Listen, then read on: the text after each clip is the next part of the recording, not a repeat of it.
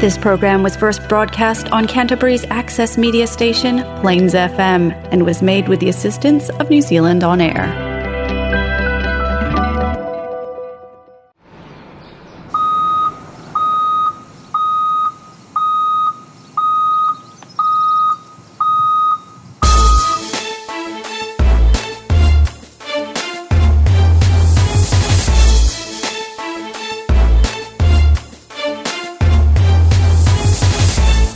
Hello and welcome to Breaking Ground, a podcast about earth-moving machinery and characters in the industry. Both your hosts work for Terra Cat, New Zealand's caterpillar machinery dealer. I'm Marty Turrett. And I'm Richard Clark.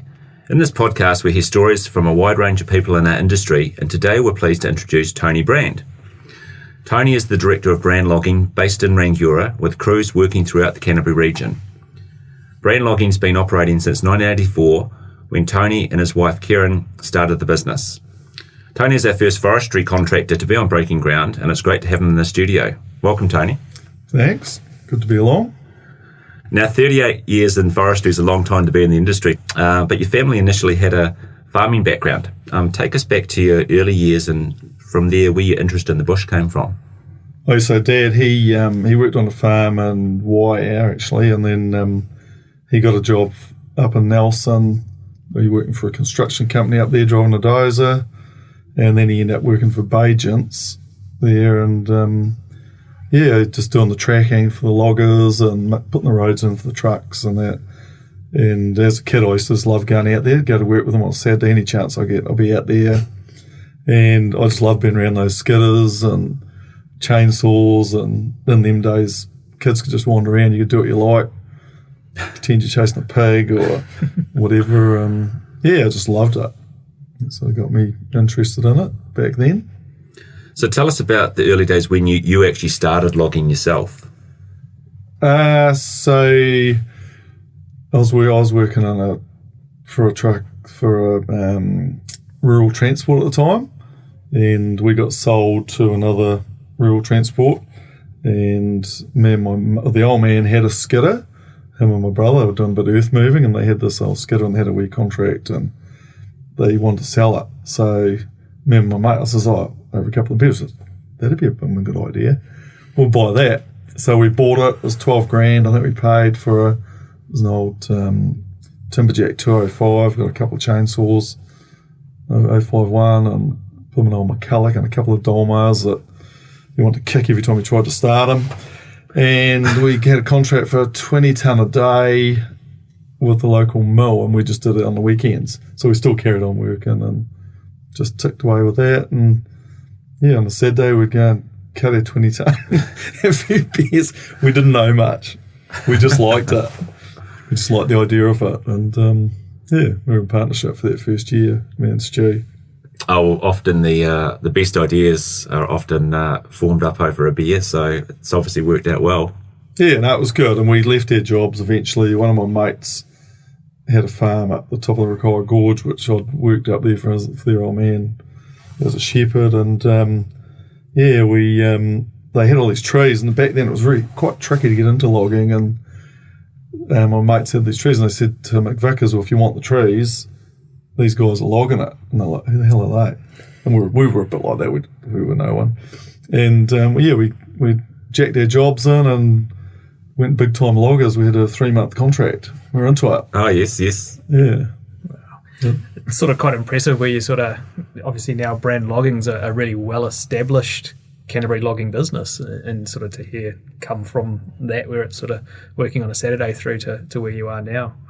So I suppose for that, tell us about your operations to where and what it looks like today when we sort of think back to obviously working on a Saturday only to what have you got now? So we've got 4 logging crews running around mostly all the Canterbury region in general, and we've got our workshop, the old forestry workshop that we bought 11 years ago. That was got about 12 guys up there, and we've got the Husqvarna dealership in Rangiora as well. I've only had that for a couple of 3 years. But on the logging side, we've got 2 crews work for Matariki, Rainier, one fully mech dead flat operation, doing about 450 tonne a day. harvesters, a couple of forwarders, and a load out machine. And we've got another one works for them in the hills doing a bit of tether on that with Foothills Wood. And we have 2 private crews we run that work for Lorry Forestry around here, and similar sort of just working in the foothills or wherever we can in the winter, and tether operations when needed as well. We've got 3 tether machines. We've got 2 at the moment. We've got one just getting built at the moment, so we have another one of those up and running, the DC one. So we're fairly sorted. We've got about 22 staff in their logging operations, and run a bit of roading in amongst that, and run 1 log truck. Well, so it's more than just sort of where we think of just logging itself. It's all the support side that you guys have obviously integrated well into now as well, with workshops and also sort of roading and things like that too. There's a bit going on. Yeah. Like getting the tiger by the tail sometimes, like, geez, what are we doing? But hey, keeps you thinking. That's the one. Keeps you going, and it's quite good. So, when we sort of think about logging, it generally takes place in pretty rough and rugged environments. Does it take a certain type of person to work in forestry contracting, as far as your sort of history goes and the people you've had along the journey? I think loggers are different. We're different, and I reckon we're bloody eternal optimists. Well, I know I am. You always look at a block. Whatever you think you're going to pull, that's your best day. So that's your stuff there, because you forget about the rain and the breakdowns, and you work out, we should be right. If we don't break anything there, everyone's at work, which we do. We're pretty good with that side of it. But I think you got to be a blooming optimist. You got to have a real good tolerance for debt these days. Back in the early days when all we had was a 666, and a few guys, we had everything paid off. We didn't even have a mortgage on a house. Well, that's all out the window now. But so no, I think it's just a like everyone in business got different challenges. As I don't know, things can go bad in the dollar department, because it can be pretty cyclical from a log price export as well, and that has, I suppose, some uncertainty from year to year, doesn't it, with you? Yeah, you get used to that. That's just like, I've just seen so many ups and downs. Like anyone who's been in as long as me would just be like, oh yeah, whatever. I don't get too hung up on it. And interest rates, it's like, oh yeah. When we started, it was like 26 or 27%. So it's like anything under 10, I'm like, oh, we're quids in. So other than sort of the financial challenges and stuff like that you sort of touched on, what are some of the other challenges over the years that you've sort of seen working around an environment like that? It's an interesting one, because I think about that. I don't look back very much. Yeah, it's quite tricky, because there's usually something going on the front that you're like, geez, how are we going to sort that out? So you don't. I think you just go through all that and put it in the past. And it used to be getting jobs, but that was great because it was a challenge that you actually liked. It was like, oh, I got that one. Yep. And and it just markets. Once I worried about those. I don't know when that was, a long time ago. But I think the trouble is you don't focus on the past. Just get on. And I suppose if you, with that sort of mindset, it's a really good way to look forward to the future and be excited about the future and stuff like that as well. So it's a good mentality to have by the sounds of it, and obviously a very successful one too. So while there's sort of challenges and stuff like that, obviously there's great rewards as well. So you've sort of 38 years that you've been doing. Can you tell us about some of the rewards or some of the rewarding things that you've noticed along that time? A lot to do with people I've met, like that I never would have known. It doesn't matter what they are, whether they're the forest company people, the truckies, mechanics, our suppliers, people who've worked for us. Just there's heaps of people I've met on the trips and what have you. It's been great. The industry's given us a good living. Like, I don't know what I would have done. I left school but I was 15, so I was probably heading down the road of doing something different. And I'd go down the same track again. If I had my time again, I'd be doing the same. There's nothing, hopefully with a few less cock-ups, it'll be good. But that what sort of makes it as well. You don't get an easy way through and get to sort of success and stuff without a few learning curves along the way. It builds character. That's the one. Which is sometimes a bit of a pain if that's what it takes. But I reckon one of the things I reckon we're experts on is I've got really good at is getting machines unstuck over the years. Most loggers are real good at that. And got a lot of good skills that a lot of people don't get to do. And probably some good holes that they came out of as well. Oh yeah, a few cover-ups. Now, Tony, you talked about before loggers are probably a bit different, but what's a commonly held belief about loggers in the industry that you probably disagree with? There's probably maybe a perception out there from the general public, but if there was something that you sort of thought yourself that's not true? It's probably more like the common thing is you guys will know that it's dangerous and environmentally we bloody make a mess because we start with this beautiful forest and like I go to those I've been to those roading award things and over the years with the Canterbury Contract Association, whatever it is, and they have these pristine jobs, they get all these awards for it. And I was like, geez, when we start, there's this beautiful forest. When we're finished, it's like, it looks like you've dropped a bomb on it. And I think that's what people think. They don't realise that we're doing it to an environmental standard. When we do that, we've got to do things about controlling the water, and we're just getting it ready to replant. It's just a farm. It's just that we do it all in 5 minutes. And it's been growing away and looks lovely. And everyone uses a bit of wood. But they forget there's probably no one in the world who doesn't use a bit of wood for something, and it's their bum.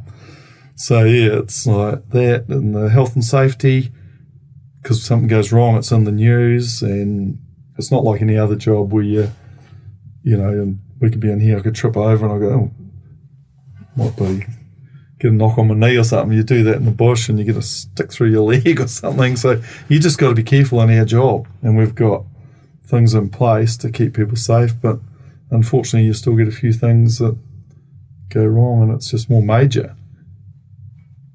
Yes, it's good to hear, and I think good for the general public to understand that a bit more, and you explaining that in those terms I think helps to just put it in a perspective, definitely. And also I suppose from your perspective in forestry, you've been working for many years now. Is there a model or a piece of equipment that sort of sits close to your heart? Probably my old Clark, which I'm doing up at the moment, the old 666 C that we're restoring, and the old Bell Ultra Logger. So those two machines got us going, got us really into it. So yeah, but the 666. It was a lot of years before they made a machine that would equal that. There'll be a few people out there think I'm talking rubbish. I don't care, they can't answer me, can they? But not here, they can't. No. But power to weight, get a 140 horsepower machine that only weighs about 7 tonnes. It took a lot of years before they could make something that would equal that. And so have you retained that 666? I know you mentioned it very early on. Have you kept that within the company all that time till now you're doing it up, or is it? I bought it in 1987, so it was my newest acquisition at the time, and it was a second-hand machine. A guy, Kevin Graham in Nelson, had it, and we ran it for a few years, and then we got the Caterholt contract in 91, and we were running 2 crews, and so I sold it off to one of my guys who worked for me, guy Phil Russell, in 92, and he took over the crew. He used it for a few years, and then he just sat in his paddock, rusting away, and 2016 I bought it back off Phil, and we took it back to the workshop, got my guys every spare minute to get into it, and just ripped it. We just got out of control. We literally got out of control. We ripped it, everything out. It's just a whole lot of stuff on the ground, transmission, engine, diffs.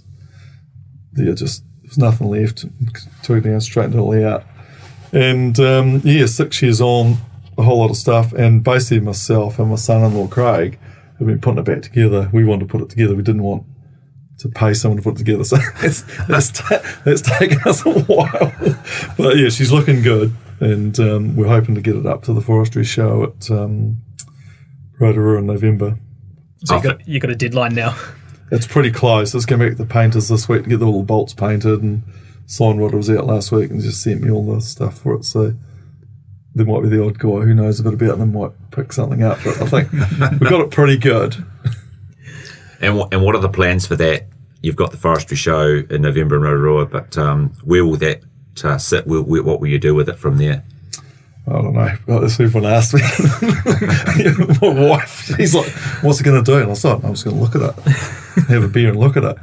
And start up everything and have a listen to that Detroit or any old loggers come around, they'll be like, start her up. And we'll get on to the next one. We've got a 668 sitting there ready to go into the workshop. So hopefully my wife doesn't listen to this. Now, Tony, the forestry industry has evolved a lot since you started, and in particular over the last 20 years. From your perspective, what do you see as the key changes that you've seen over that time? For us, it was probably that move into mechanisation, and like we bought a bowl in 1990, so before that we didn't do any fleeting. We just poured everything with a skidder, cut everything up by hand and send the old hire truck in there and tell him to help himself. And we started having to sort logs, so we bought the bowl. 92, the static dilemma came out. We bought, it was like there's two come into the South Island, we bought one of them, and that was awesome. Got rid of all that hard trimming and hand trimming. 94, we bought our first harvester off Cat 320 with a Waratah shear head on it for doing chip. 95, first gravel skidder, so that sort of changed things for us. We bought one of the first 525s. Then Carter's got into the key supplier stuff and caused a bit of a panic buying of bits and pieces. We got that in Canterbury, and we started our first cut to length operation, which harvester, forwarder, loader type setup. We did that for a while, and then the guy that was running the circus then, he didn't like it, and we had to go back to manual cutting up, and that was a bit annoying.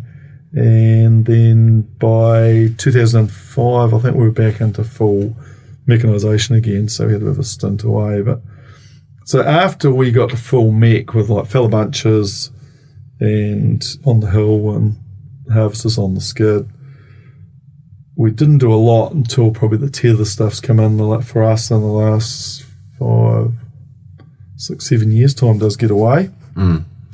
And other than that, it's just smaller changes, just tweaking environmental, health and safety, things that you just do in little bits. And because you imagine when we started, there was no such thing as hard hats.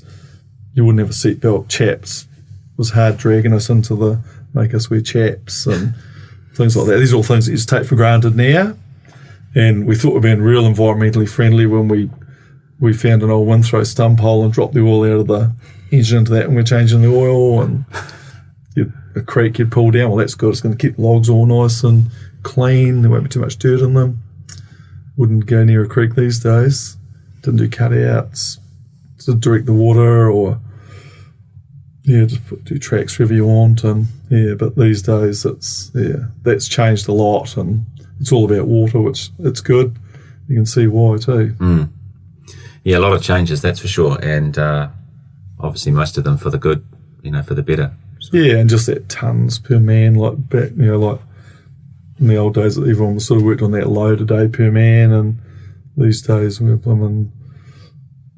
somewhere between 70 and 90 tonne a day per man. So it's huge production increase over what we used to do. And I think as well that one of the biggest surprises that I had when I got into industry or sort of went out to my first forestry sites and that sort of thing was just the professionalism of a site now. It is a business. It is essentially what we see as far as if you were to walk into a business on the street, you see that it's on a skid site, for example. So it's the same sort of things that you go in where there's sort of health and safety reps, or there's, emergency procedures. Everything that you'd normally see is on a forestry site now, whereas it's sort of originally I had this conception that it was sort of pretty rough and rugged and that sort of thing, but they're very sort of professional sites and that sort of thing now that you go out to.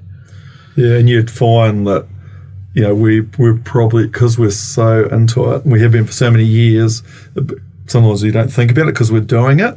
Yeah. But when I go to other businesses, I notice that a lot of theirs is just, you just sign that bit of paper. But with us, it's, if someone's on your site, man, you're making sure they're not going anywhere they're not supposed to go, and really keeping an eye on them, and morning meetings every day with the crews. It's not something you talk about, it's actually done and it's written down, and that comes through to our office at the end of the week. And have you found that, obviously you talk about production gains, but also the health and safety side, one of the biggest things that we've sort of noticed is actually the two go hand in hand. You have a morning meeting to discuss sort of the sort of put in for health and safety side of things, but have you noticed that's where it's a really key piece in helping production in that too? Definitely helps, and the guys all everyone knows what they're up to, and because it can change from day to day with the weather, and might even be what we need to cut, or sometimes the guys go, we've got nothing to talk about, but there's just always something. It could be like, the smoker, where we stopping, what's the story? We need to go a bit later today, we've got visitors later on, or something. But it is very professional. Yeah, certainly good process to get into and have from a business perspective, and it's great to see. So away from forestry, Tony, you talked about the rebuilding of the old Clark, but I know that you've got a passion for motorsport, and you are a Holden man. Where does that interest come from?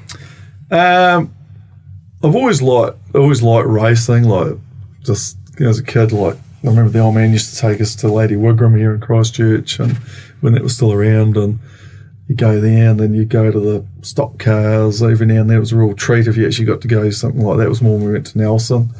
And as the time went on, I just got into it. As far as the Holdens go, I've always had Holdens, HQs, HQ work utes and cars and heaps of Commodores, GTS, Club Sports and that. I only had 2 Fords. One was a Mark IV Zephyr, which any the old codgers out there like me will be like, geez, those things weren't very reliable. But you could take a lot of people in it. And the Sheilers didn't mind it either. And I think the missus had a Ford Laser there at one stage, and that was pretty crap.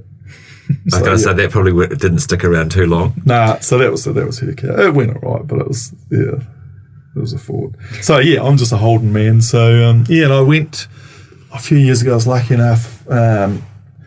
Goffs. I'll struggle with the Terra, but the Goffs took me to. They had this. It was American Chamber of Commerce thing they used to take you to, and someone would talk.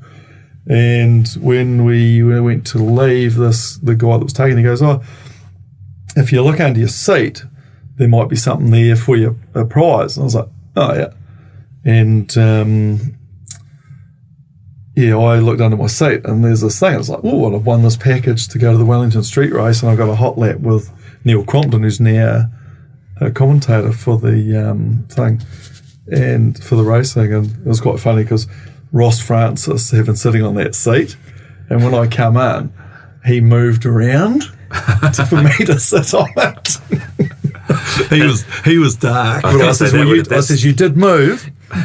And so I went up there and I got that hot lap with him, and I was like, geez, scared the living daylights out of me. Yeah. But I thought this is pretty cool. And then I probably got more into the V8s watching it, and since then been to a few Bathurst and been to Formula One a couple of times, and any highlights from those trips in terms of Bathurst and Formula One? Was there anything that sort of stood out? Bathurst was pretty funny. Terry Locke was running the thing, and he's a dead set Ford idiot. And we're driving down the road in the old van. We're in the Toyota, so I don't know what he's worried about, but he's pretty funny, old Terry. And this guy was coming up beside us in this ute, and old Terry just cuts him off, like we're on the main road, just cuts him off big time. And I was like, what are you doing? He's like, I'm not letting no Holden past me. And eventually this guy managed to get past us, and it was a bloody Ford. It was a flat deck 1-tonner. That was funny, but old Terry, he's like, I like that passion. I think it's good when someone's really into it. Any motorbike tried to pass us on the inside, and they weren't allowed to pass. And then at the track it was awesome. We got to go down on the track, and we were in the cat tent on the end of Conrod, and me and it was Simon and Adam, my two boys, come with me, and we were the only ones of 200 people that had a 10-tail, but the only ones that had a Holden shirt on, because they had old what's his name was driving the cat car. Was that Jason Bright? Oh, yeah, Jason Bright. Yes, yeah, he was part of the cat racing team at one stage. Yeah, and the Aussies like, you're pretty cheeky coming in here with a Holden top on, and we're like, oh, whatever. So who had the last laugh that day? Now, that was the... Geez, you put me on the spot there. That was the day Murphy and Ambrose had a big ding up the top of the hill, and they got out and they were going to have it looked like they might have had a wee handbag. I can't remember. I'd say it would have been Holden. Yeah. I'm sure Cherry Lock probably thought it was going to be Ford. Now, continuing on that motorsport theme, you've actually competed in truck racing yourself. How did that start, and how enjoyable has that been? So my brother, he worked for a contractor down in Ashburton, and he was into truck racing, but we were going there for Christmas dinner a few years ago. It's about 10 years ago now.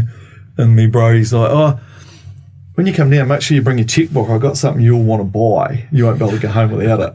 I said, right, so I went down there. And it turned out that Brent Jones wanted to sell that truck. He'd bought a new one, and it was a KM Bedford. And I thought, that'll look cool in my yard. I was just going to buy it and keep it.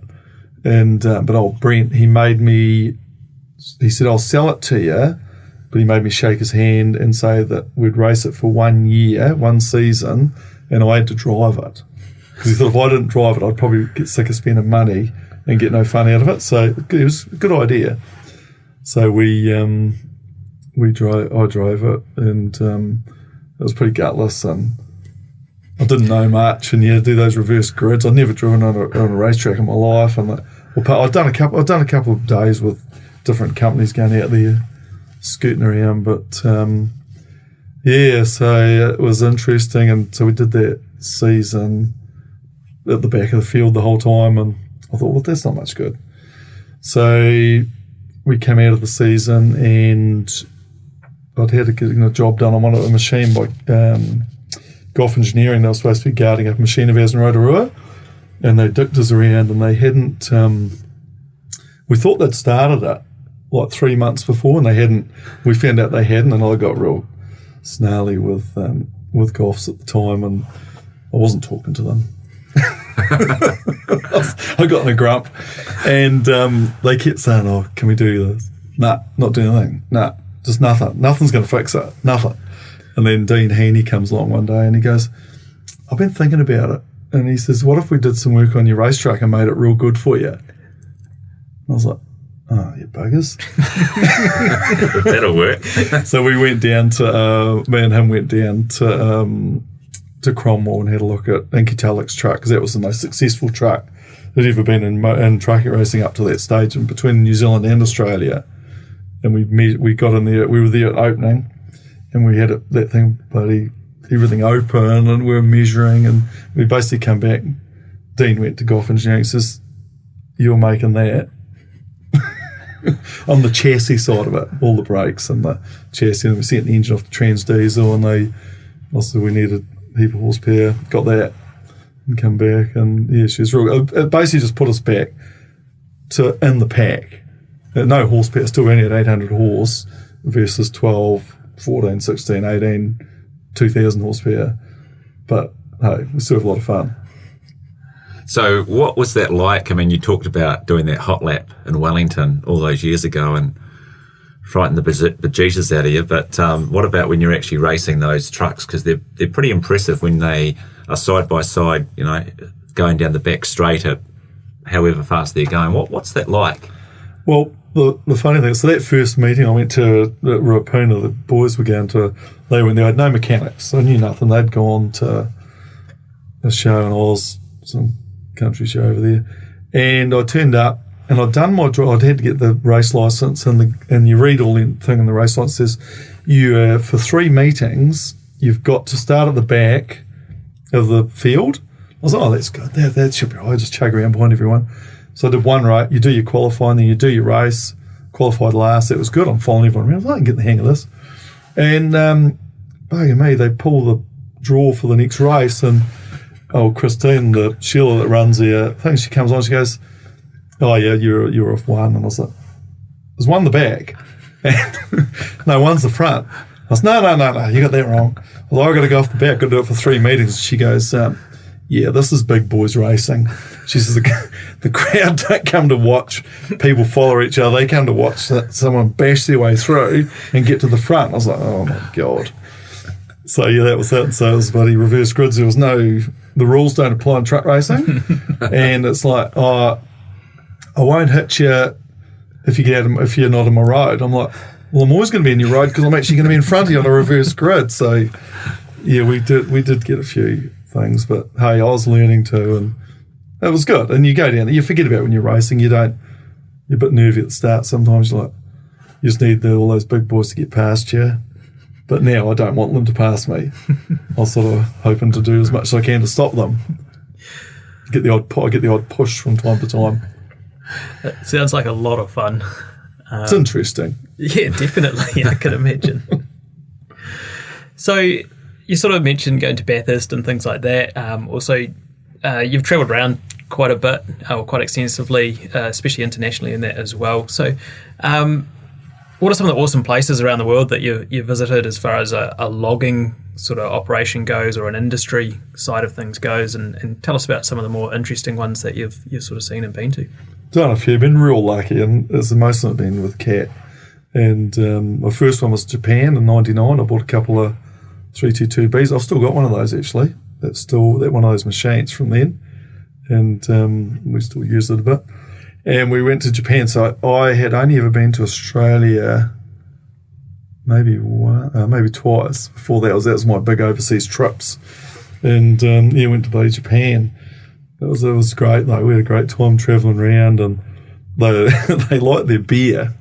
And we went to the factories. There was a lot of beer drunk, and got to go on the bullet train, and yeah, that was a great trip. And there was industry people. There was a couple of 3 loggers on that trip, and about 12 of us, I think. But yeah, no, that was great. Done a couple of con expos. They're awesome. Going over there. Into Vegas, yes. Yeah, into Vegas. And the first one we went to, I remember there was myself and my wife, Kieran, Malcolm, and Angie Edridge, and we were just sort of hanging around together. And we went into this big building, and we're like, Jesus, there's a lot of stuff in here. And we spent about 3 hours in there, in this building, and then we were talking to some guy, so which way's out? And I said, where are you going? And we're done, we'll just have a bit of the outside stuff. No, this is only this is like the little toilet block. And it's massive. Anyone who's listening who's been there will know.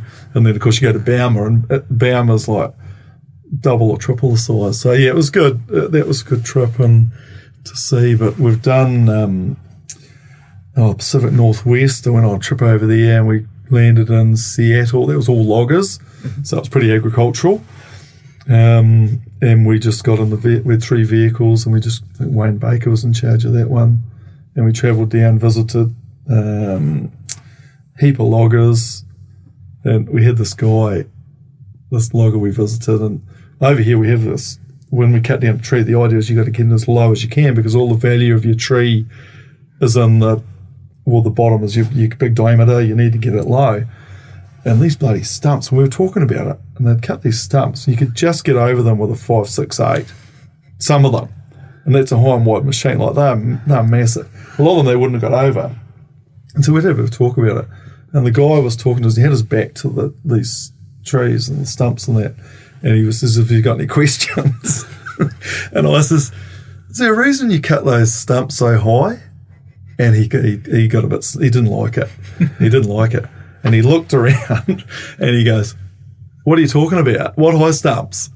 And we're like, yeah, it was hilarious, because some of them would be like 4 foot high, but these are the characters. They do things a bit different, and they don't have a lot of health and safety over there. There's not like it is here. And yeah, we visited the the Brownings off the X-Men show, if anyone's ever watched that on telly. Yes.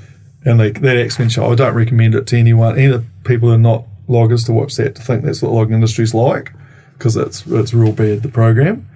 But those guys were actually quite good loggers, and they were good guys, but they just have so many cameras looking at their job, and they're just looking for drama. Yes. But no, they were good. They took us out. We had a few beers with them, and they were good fellas. We did a trip down through Georgia. That was interesting. North Carolina, another trip. Dean Heaney, Dean Brown, and James Lundy in cars again. They were real good trips. You don't forget anything. You have to get on a bus with is the go for me. I'm in the car. It's great. You can stop and bloody have a leak or a beer or whatever you want along the way. And there's a bit of only story about that one. We went out one morning. We had to leave at about like 4 a.m. to catch a plane. That was your offside. Of course, was that Sheila who used to sort our flights out? The young girl. Oh, I'm trying to think. She worked. Put me on the spot. She worked with you. Good. On the spot. So she had us going real early, and we're sitting down in the thing. We're waiting for. I think Nick Tomlinson slept in. I'm not getting at you, Nick, if you ever listen to this, because I've done it myself. And waiting for him down in the thing, and this girl comes down. She'd gone out for something, and she'd locked herself out, and she's in the old Nud, and she just wandered down into the lobby, and we're all just sitting there, and she would have expected to see no one. She was panic stations, and someone found her. I think Rob's scared. Someone found her a coat or something. Go with that, but that wasn't the funny bit of the story. It probably wasn't funny for her, but we went out to go, and we're on a real tight schedule, and we go out there, and one of the cars is already running. It's already going. So one of the logging guys had taken it for a drive the day before and parked it up and hadn't taken the keys. And it was one of those ones that they turn themselves off. Oh, yes. He might have taken the keys. I can't remember. I think he might have taken the keys, but it didn't. It started itself up again for some reason because he hadn't turned it off. And so it was out of petrol. And she was panic stations. Those guys, it was great. They were old Dean Brown, I think he was very panic station. We had to get there, find a petrol station. It just had enough. It was the fuel light was on. And that was a good entertainment on that one. Done a fair few trips, and there's a lot of things you can't talk about, obviously, obvious reasons. Yeah, well, I suppose talking on the back of some of those trips, potentially, there would have been a lot of interesting characters that you've come across in all your years in logging. Do one or two legends sort of stand out that you'd like to tell a story about? There's a lot that likes to work for you guys, and more like I know a lot of loggers. I don't know if I can think of anything I want to say that I'll put on the. You probably got to catch up with them at some stage. I can put on the wireless, but with Goss, I've found they always employed the guys I seem to deal with were entertaining people, like probably a bit like they seem to be a bit like us. Yes, and anything for a good time, and things. Guys like Dave Falvey, he's a bit of a character. Winston Muldrew was my sales guy back in the early days, and he was putting smoke like a bloody train. And every time we went anywhere, he'd have to, I just got to shoot out for a smoke, mate. He's dead now. I think the smoker might have got to him, but he used to get real nervous flying, and he'd be sitting outside in the wind at Wellington having a smoke while we were waiting to get on. I'd never seen him when we used to travel. He was always outside smoking. And, of course, Lockie. Templar, you've had him on here, Steve Templar. Yes, yeah, he was our first podcast. There's been a lot in those guys, and they sort of relate to people like ourselves. And they took me to the rugby when we bought our first cat, and I had a Hitachi. I got a price on a Hitachi for my harvester, and it was a big deal for us because we'd paid. Our house cost us, I think, it was about $65,000. Brand new house. Built it myself, still standing, by the way, so, which is quite good. And even though I only got 28 in woodwork, so it wasn't too bad. I think all the locals thought it was going to fall down. But so that time that sort of house was worth, and that harvester cost us $405,000 to buy. So that was a big deal when we were buying that. And so we need to get the cheapest machine. And the Cat 320 was about 20 grand dearer than a Hitachi 20 ton or whatever the model was. Something I don't know what they were. But anyhow, I was going to buy the Hitachi because I was just buying the cheapest machine. I need to get something and thought that might be all right. And so someone rang me out. So do you want to go to the rugby? I think it might have been old Dave Felvey. He's like, do you want to go to the rugby? We've got a ticket. I was like, oh, I've never been on the bank for the rugby. This is back in the Lancaster Park days. So we went. There's a lot of drinking. I'm not 100% sure. It was definitely Lancaster Park. Yeah, so I'd only ever been on the bank. And so we're in this box or something. I can't remember. But the whole thing was pretty hazy. Had a great night. And I thought, geez, these are good guys. Well, those sort of guys I'd work with. And so long story short, it was a Lions match. I guessed the score, 24-18, and won the rugby ball. I got a signed rugby ball. It's still up in my shed somewhere. But yeah, long story short, I rang old Andrew McCoy from Cables. He's still the salesman there. He is. And says, yeah, sorry, I'm going to buy that cat. I think I might have agreed to it that night or something. But those guys are all good, and anyone who knows those guys know that they're quite entertaining people in their different ways. Yeah, to be around.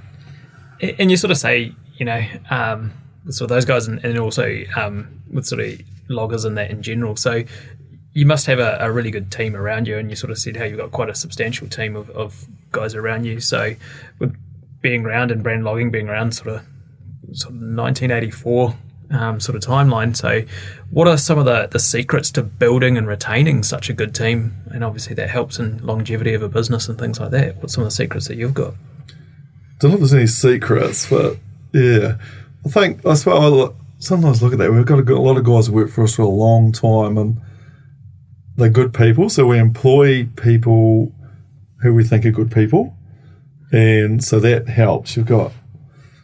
So they tend to work good. You treat them good, and we provide steady work, good conditions. We don't lay people off. Like, was a downturn. We've had all these things over the years. We just keep people, and as I say, with eternal optimists, we're like, it'll come right. And the last thing you want to do is get rid of skilled people. And I think just treat them all right. And we know that you're nothing without your staff. Like, you can have all the fancy gear, and no matter what, and you'll find most people that do all right. They've just got good staff. Us as managers are just trying to hold it all together up top, and the guys down there are doing the job for us.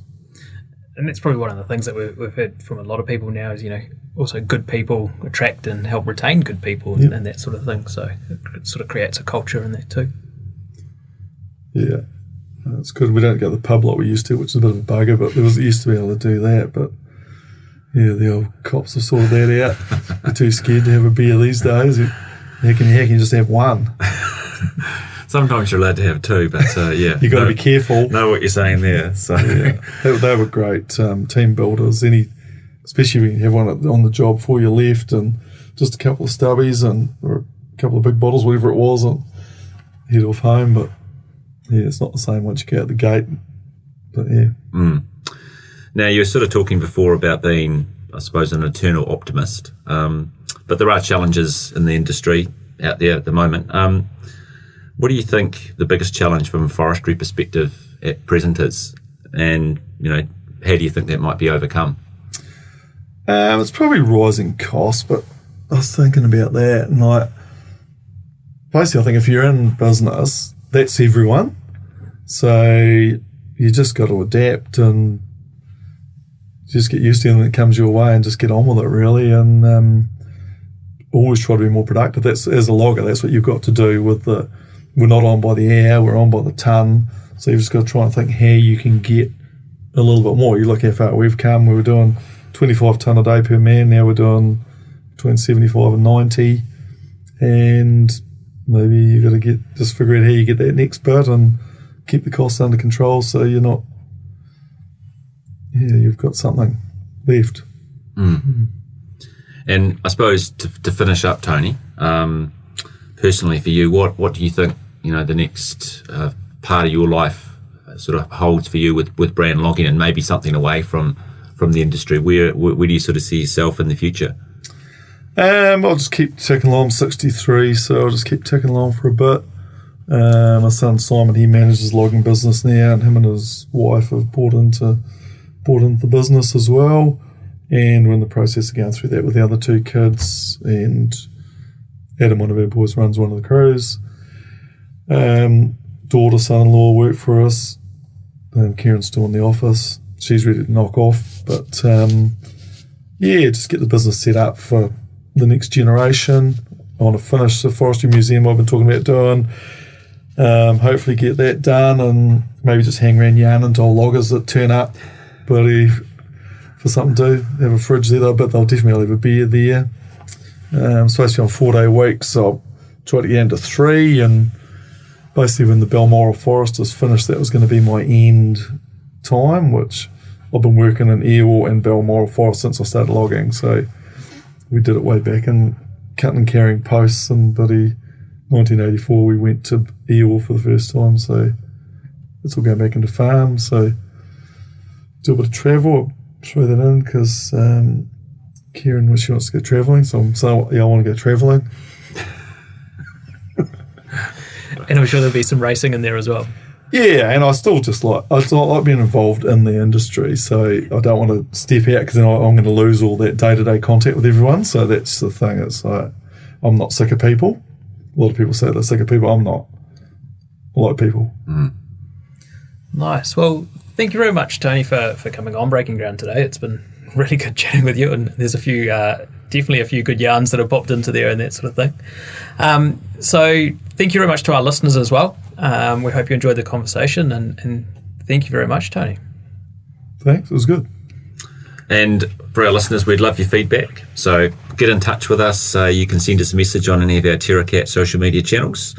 And keep an eye on our TerraCat Facebook page for the details about next month's episode of Breaking Ground. Thanks a lot and goodbye. Bye.